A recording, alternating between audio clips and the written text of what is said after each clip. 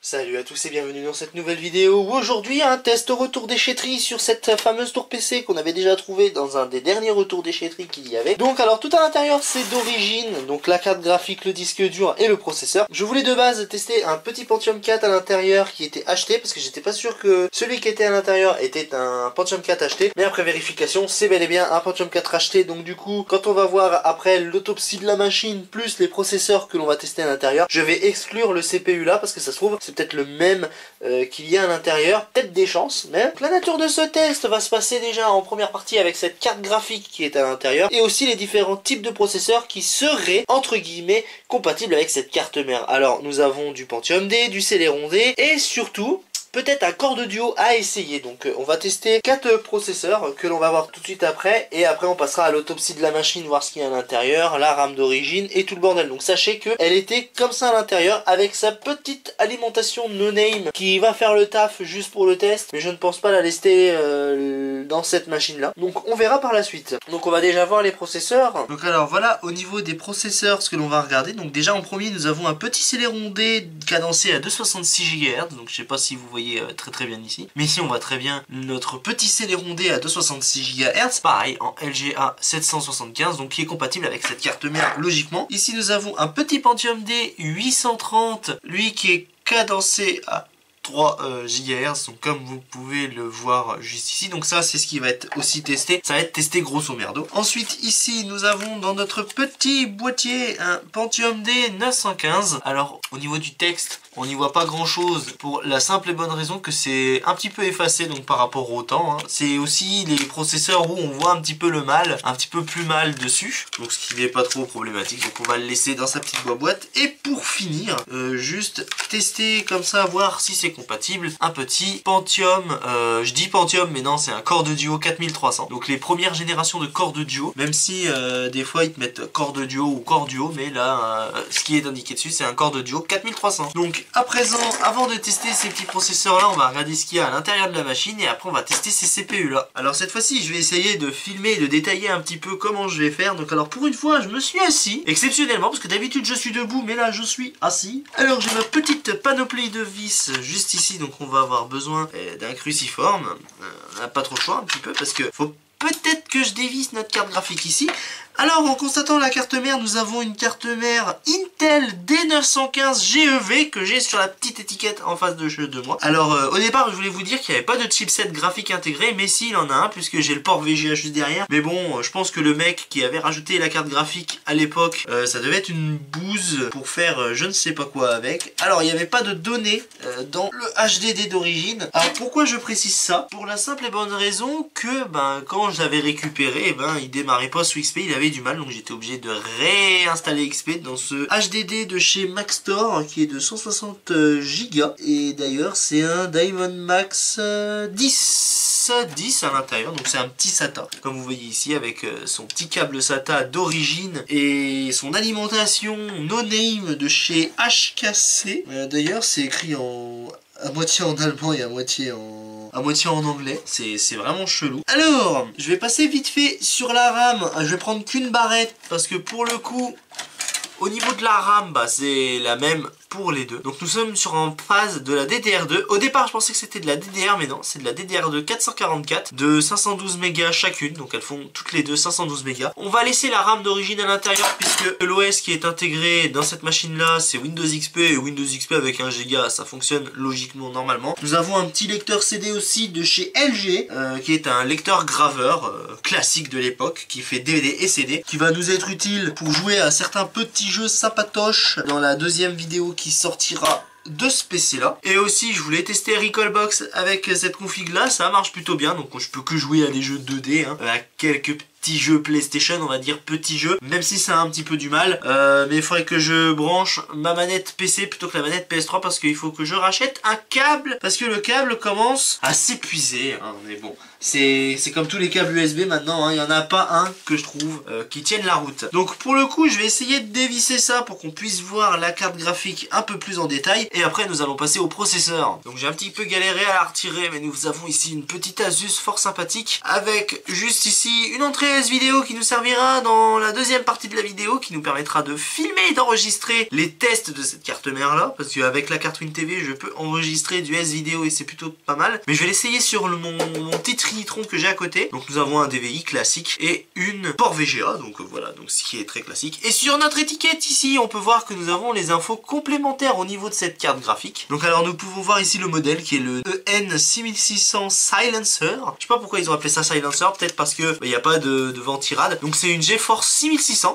Elle est à 256 mégas de mémoire vive. On peut le voir juste ici, écrit 256M. Donc on peut voir que c'est très poussiéreux, hein. Il va falloir que vraiment que je songe à m'acheter des pinceaux pour enlever toute cette poussière là. Donc voilà, donc une petite carte graphique fort sympathique. Donc nous pouvons voir aussi que sur cette carte mère nous avons des ports PCI Express X1. Donc on peut mettre des petites cartes. Donc je ne sais pas quelle carte je pourrais mettre là-dedans. Une petite carte son, tiens, mais j'ai pas de carte son en PCI Express 1. Faudrait que j'essaye d'envisager d'en avoir des cartes son en PCI Express, parce que j'ai que des cartes son en PCI.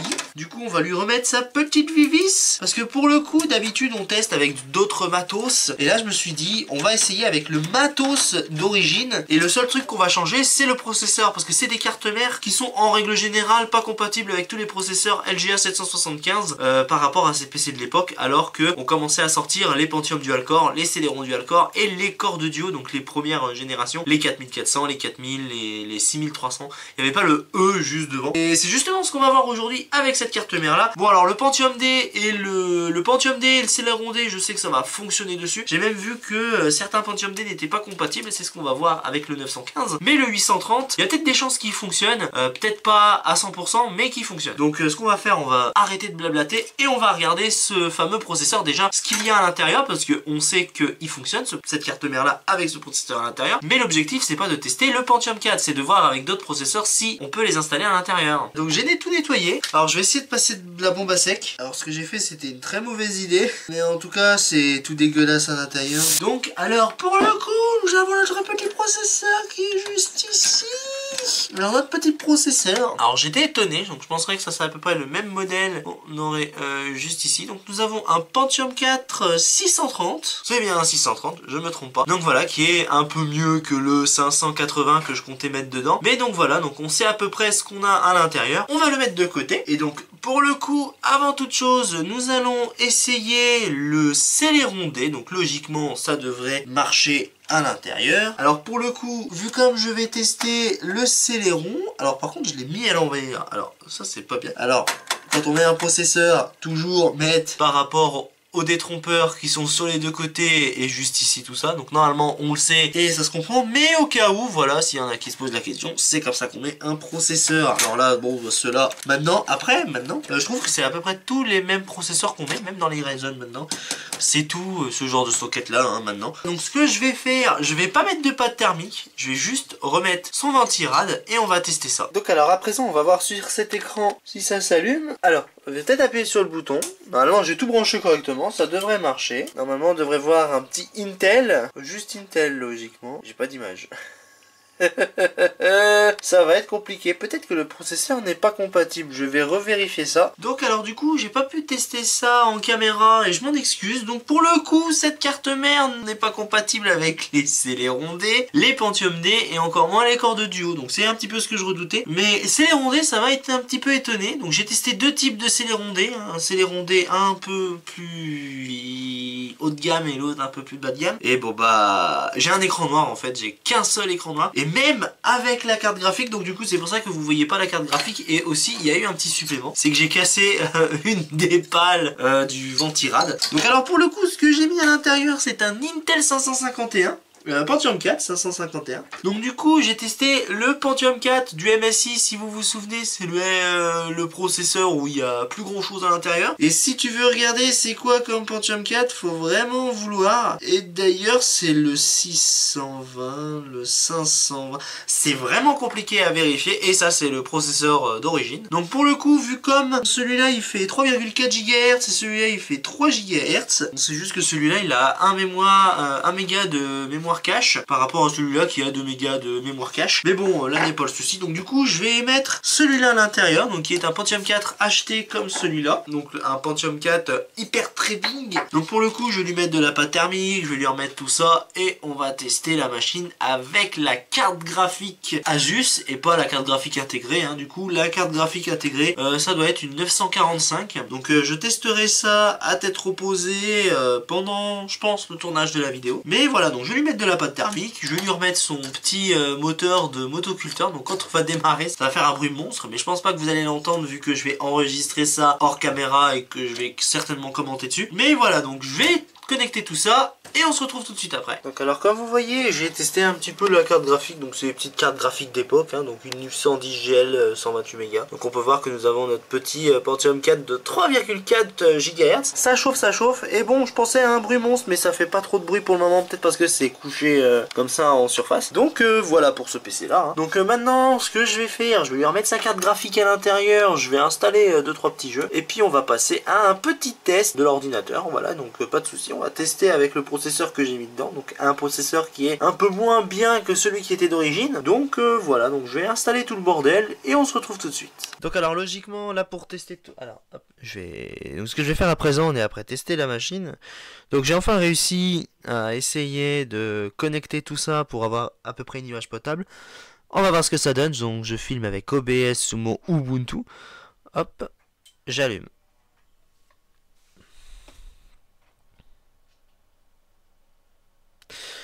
Donc ne prenez pas peur si ça glitch un peu, c'est tout à fait normal. C'est le standard vidéo du démarrage du BIOS qui n'est pas bon. Là on est sur du NTSC alors que après ça sera en PAL. Donc voilà, donc c'est juste le démarrage qui sera comme ça.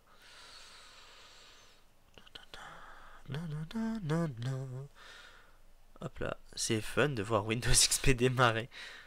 Après, ça peut venir de la carte graphique aussi, parce que j'ai eu quelques bugs avec le CRT en même temps.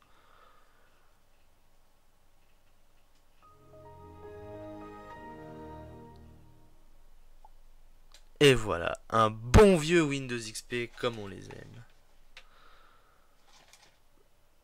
Alors par contre, j'ai un petit peu de décalage, donc on va attendre un petit moment. Alors ce que je vais faire, je vais mettre, comme on peut le voir ici. Alors, par contre c'est pas évident d'avoir un petit peu de décalage. Voilà, donc on va exécuter Ennemi 0 que j'ai réussi à installer. Alors je voulais tester d'autres jeux pour voir si ça passait, mais le problème c'est que ça a du mal à tourner sur cette carte graphique là alors que c'est censé être compatible. Donc on va minimiser les risques et on va tester le disque 0 parce qu'en fait c'est là où il y a les éléments juste principaux du jeu. On va y jouer avec la manette. Donc voilà, hop là, donc le disque est installé, on va le démarrer.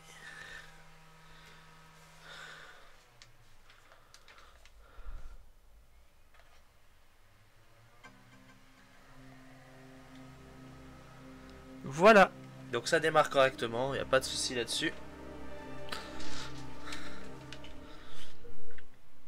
Alors mine de rien, j'ai pas un son archi fort. Je m'attendais à un son assez fort, mais au final non, je m'attends à juste un petit audio.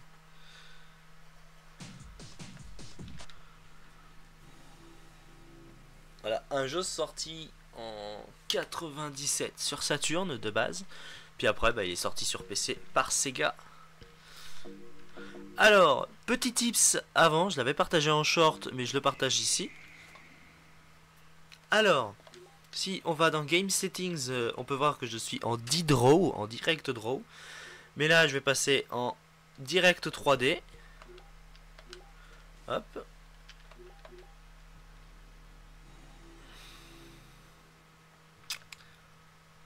Voilà, on repasse par le menu. C'est assez lent comme jeu, hein. Alors, est-ce que si je joue avec les boutons, j'ai des problèmes? Bon, j'ai rien. On va aller dans le mode training. Donc, il y a le mode d'entraînement du jeu. Donc, alors là, normalement, on devrait avoir des glitches graphiques. Effectivement, on a un gros glitch graphique avec ce mode-là. Donc, ce qui fait dire qu'on a un problème avec la carte graphique, de toute façon.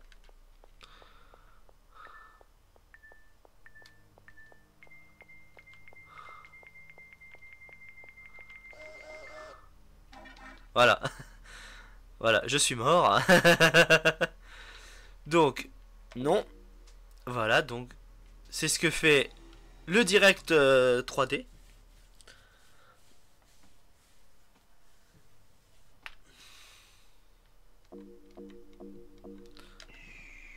On retourne dans les options. Et voilà. On repasse avec Direct Draw. Voilà. Donc logiquement, waouh, ça fonctionne. Voilà, voilà. Donc, on va retourner dans Training.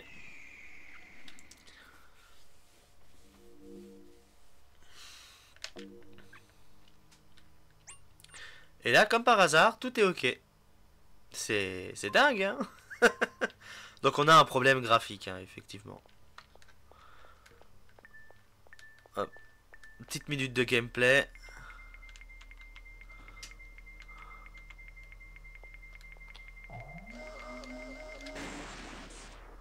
Voilà.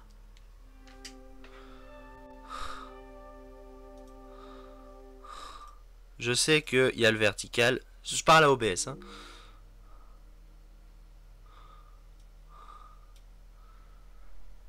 Ah ouais, l'écran il est plus coloré sur le Samsung que sur le Dell. Enfin, que je modifie les couleurs sur le Dell. Là, je suis passé sur le OBS au final, parce qu'il y a pas mal de problèmes. C'est plus joli en effet.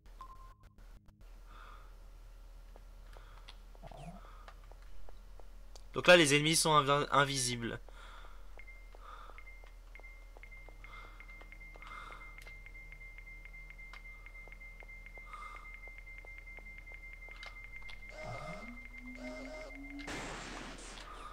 Oh.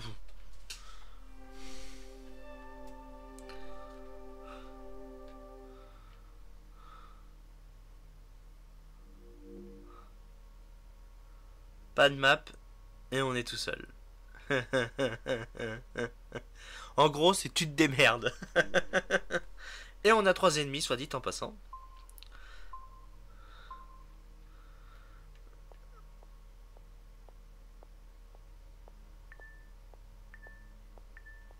Et donc du coup, on se repère avec les bips. Ah ben...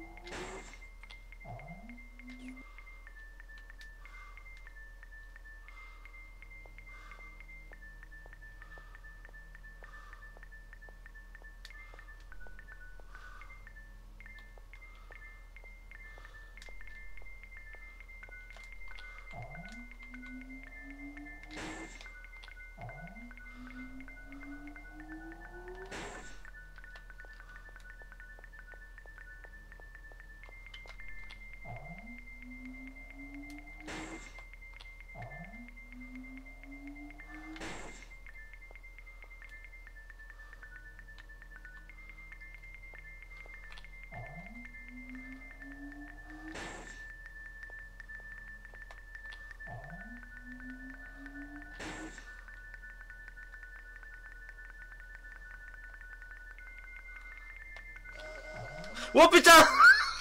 Ah putain, c'était stressant, merde. C'est un jeu stressant. Je vous le dis tout de suite, c'est un jeu, même en mode facile ou normal, c'est stressant et difficile. Je me demande comment j'ai réussi à le finir d'ailleurs sur Saturn. Mais ça demande beaucoup de patience. Donc on va s'arrêter là, hein.